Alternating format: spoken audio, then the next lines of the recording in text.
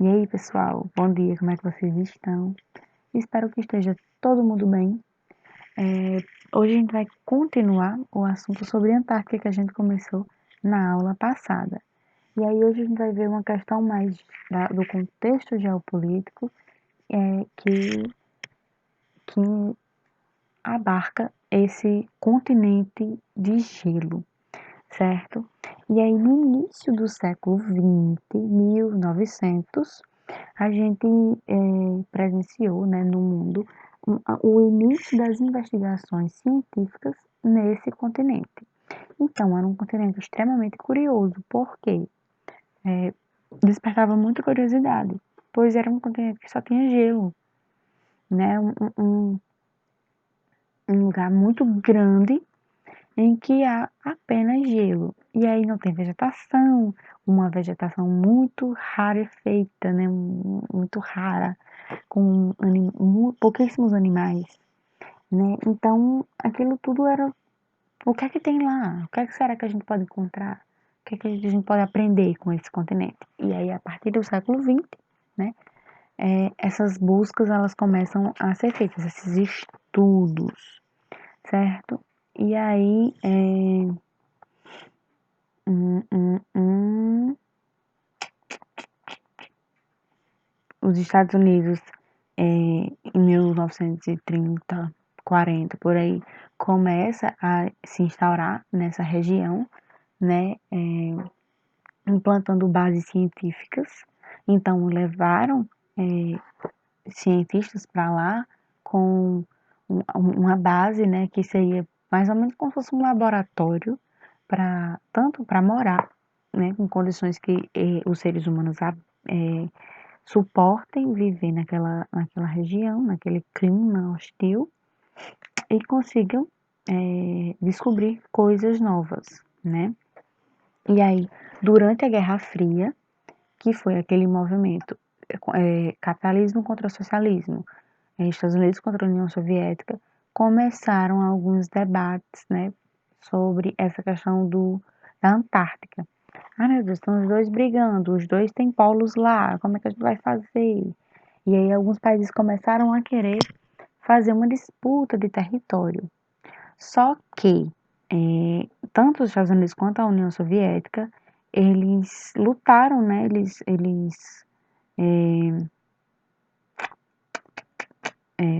Eles quiseram uma internacionalização da Antártica, que seria mais ou menos uma forma de deixar a Antártica não um território que fosse de algum país ou de outro país, mas sim um território para a exploração científica. Então, não existe uma questão por exemplo, não é colônia de nenhum país, é um continente que ele tem basicamente fins científicos, certo? E aí teve um acontecimento em que vários caçadores começaram a ir atrás das riquezas que eles conseguiam extrair. Que no caso era a perseguição de baleias para retirada de óleo, da gordura, da carne de baleia, de alguns leões marinhos, focas, etc. E aí, para poder diminuir, né, esse ataque muito brutal, foi firmado o Tratado Antártico em 1961, com todas as bases que residiam ali. Então, por exemplo, digamos que Estados Unidos, Rússia, França, Argentina, vários países que tinham bases lá tentaram criar esse acordo, né, para poder diminuir esses ataques que eram muito, estavam comprometendo esse continente, né? E estava uma coisa muito sangrenta, né? Uma exploração muito forte. Então, ele teve como objetivo colocar fins a disputas internacionais e também diminuir com as caças. Então, por exemplo, esse Tratado Antártico serve para confirmar, não, a Antártica é um continente que ele é internacional. Ele não existe uma base americana, uma base europeia, não, é internacional, né? Não vamos mais brigar por isso e vamos diminuir a caça nesse continente. Então foi basicamente isso, certo? E aí tiveram várias divergências, as divergências acontecem até hoje, mas existiu uma protocolo de Madrid que ele diz basicamente que em 50 anos os recursos que existem na Antártica, eles não vão ser explorados, que ele não vai ser por fim financeiro, certo? Vai ser por ciência. Então a gente vai descobrir algumas coisas que a gente pode utilizar para conhecimento e não para fins lucrativos. E aí, por quê? Porque começaram a descobrir que na Antártica era muito rico em petróleo, em ferro, cobre, carvão, urânio. Então ele tinha uma base geológica ali muito boa e era necessário assegurar que esse continente não ia ser alvo de uma disputa econômica, certo? E aí o Brasil ele entra nesse contexto de que o Brasil tem base lá na Antártica, certo? Existem pesquisadores brasileiros que estão desenvolvendo pesquisas lá e eles entraram a partir de 1982, né? Mais ou menos esse período, com o Programa Antártico Brasileiro.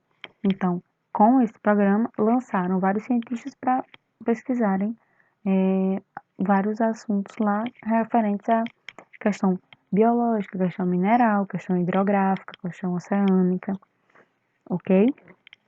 E só para lembrar, né, o Protocolo de Madrid foi em 1998. Então, de 1998 para 50 anos à frente, a Antártica ela não pode ser explorada para questões comerciais, certo? Então, o que a gente espera é que esse acordo seja renovado, né, quando ele estiver perto do seu fim, para que a Antártica não seja um polo de disputas e guerras políticas é, e comece, né, um momento de degradação muito forte. Uma questão que é muito falada sobre a Antártica também é que as mudanças climáticas têm afetado muito a dinâmica local. Com o derretimento, né, o aquecimento do planeta, as geleiras estão sendo derretidas. Então, isso vai afetar numa questão não apenas para a Antártica, mas também no mundo inteiro. Né? O nível dos oceanos pode subir muito. E aí, os impactos que isso causa são gigantescos. Por exemplo, Mossoró é uma cidade que está muito perto do nível do mar. Né? Muito perto do mar e está abaixo do nível do mar. Então, se existir algum tipo de elevação, né? O mar começa a subir o seu nível, o que é que pode acontecer? Mossoró pode ser inundada. Então a gente não vai querer isso, né, pessoal? A gente tem que manter a questão do clima do planeta Terra nas condições que a gente consiga sobreviver de uma forma harmônica, não só para a espécie humana, mas também para todas as espécies. Então a aula de hoje fica por aqui. Qualquer dúvida, só falar comigo, beleza? Até a próxima aula.